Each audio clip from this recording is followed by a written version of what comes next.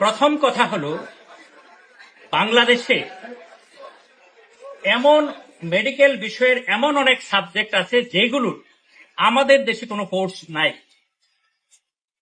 আর যে সমস্ত বিষয়ের কোর্স আমাদের দেশে নাই, সেইগুলোর বিএমডিসিতে এইটাকে ইভালুয়েট করা, এটাকে সনদ দেওয়া, এইটার ব্যবস্থাও নাই।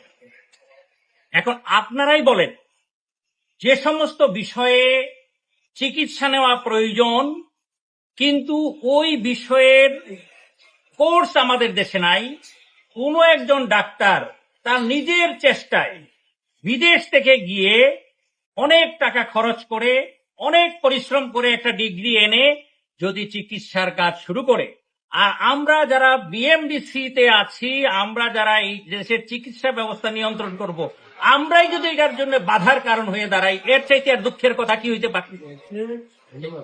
আমাদের ছোট ভাই খালিদের ক্ষেত্রে এইরকমই একটা ঘটনা ঘটেছে, যেটা আমাদের উচিত ছিল যে বিষয়ের উচ্চতর ডিগ্রির ব্যবস্থা আমরা গ্রহণ করতে পারি নাই, আমাদের মেডিকেল বিশ্ববিদ্যালয়ে হোক বা অন্যান্য প্রতিষ্ঠানগুলোতে হোক, সেই ধরনের একটা বিষয়ে যখন একজন ডাক্তার নিজ দায়িত্বে নিজের খরচে বিদেশ থেকে শিক্ষা নিয়ে আইসা কাজ শুরু করেছে, তখন বিএমডিসির উচিত ছিল এই বিষয়টাকে কিভাবে তাড়াতাড়ি একটা রিকগনিশনের আওতায় আনা যায়, এটার জন্য কিভাবে একটা ফর্মুলা তৈরি করা যায় সেটা তৈরি করা।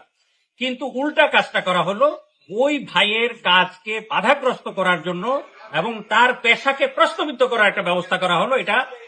এটাকে অত্যন্ত দুঃখজনক ঘটনা হিসেবে আমি মনে করি। দ্বিতীয় কথা যেটা আপনাদের মাধ্যমে জাতির কাছে বলতে চাই, আপনারা জানেন যে সিআই এটা আন্তর্জাতিকভাবে চিকিৎসা পেশা এবং চিকিৎসা প্রতিষ্ঠানগুলোকে অ্যাক্রিডেশন দেওয়ার একটা অথরিটি, এবং জেসিআই এর অথরিটি বাংলাদেশে এক দুইটা প্রতিষ্ঠানের মাত্র আছে, এর মধ্যে এভার কেয়ার একটা।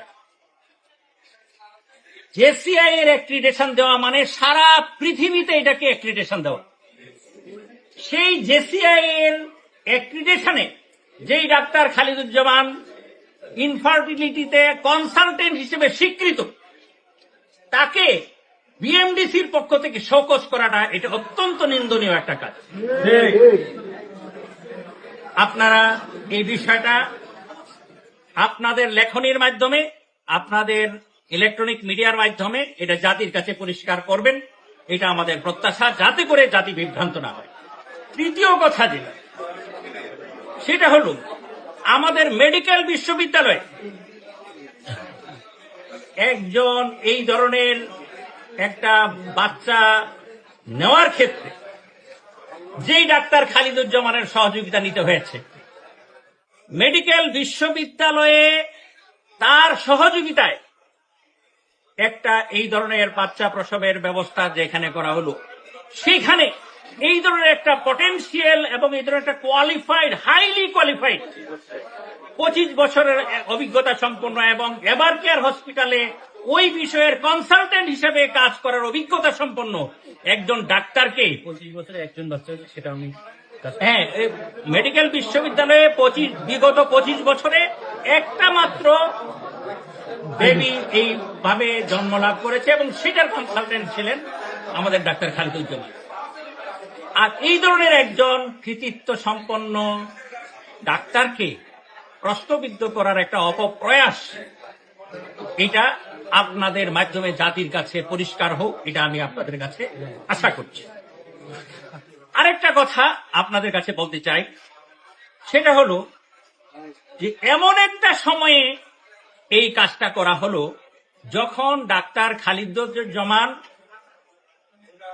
বাংলাদেশের একজন সবচাইতে আলোচিত প্রার্থী। আমি বলব কেন আলোচিত প্রার্থী, সেই কারণ আপনাদেরকে বলতে চাচ্ছি না, আপনারা নিজেরা জানেন।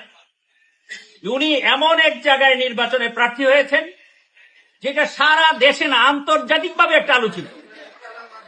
এই ধরনের একজন আলোচিত ব্যক্তিত্বকে প্রশ্নবিদ্ধ করার জন্য এই ধরনের একটা 2 নম্বরই প্রক্রিয়া অবলম্বন করাটা এইটা তাদের জন্য কতটুকু, যারা এই প্রক্রিয়াটা অবলম্বন করেছে তাদের জন্য কতটুকু সহায়ক হবে, নাকি আমি তো মনে করি এটা খালিদুজ্জামানের পপুলারিটিকে আরো আকাশচুম্বী করতে সহায়তা করবে। এই পরিপ্রেক্ষিতে আমার কাছে অনেকগুলো ডকুমেন্ট আছে, অনেক ডাক্তার আছেন, আপনারা চাইলে এগুলো আপনারা সংগ্রহ করতে পারেন, আমাদের কাছে কপি আছে। বলেন যেই ডাক্তাররা, এই যে যেমন ধরেন এখানে আছে ডাক্তার জুবাই, এইটা বললাম না, থাক। ডাক্তার ফাতেমা আক্তার ডলি, উনি এই একই ধরনের ডিগ্রি নিয়ে স্পেশালিস্ট হিসেবে কাজ করছেন। ডাক্তার মুশতাক আহমেদ আমার পার্সোনালি খুবই পরিচিত, এবং হ্যাঁ, যার মাধ্যমে 1000 বেবি এইভাবে এসেছে দুনিয়ায়। কমপক্ষে 1000 ব্যক্তির এরকম মানে অনলাইনে পাবেন আপনারা। হ্যাঁ হ্যাঁ এভাবে দেখলে 1000 পাওয়া যাবে। হ্যাঁ এটা হলে সবাই হওয়া উচিত। হ্যাঁ, এই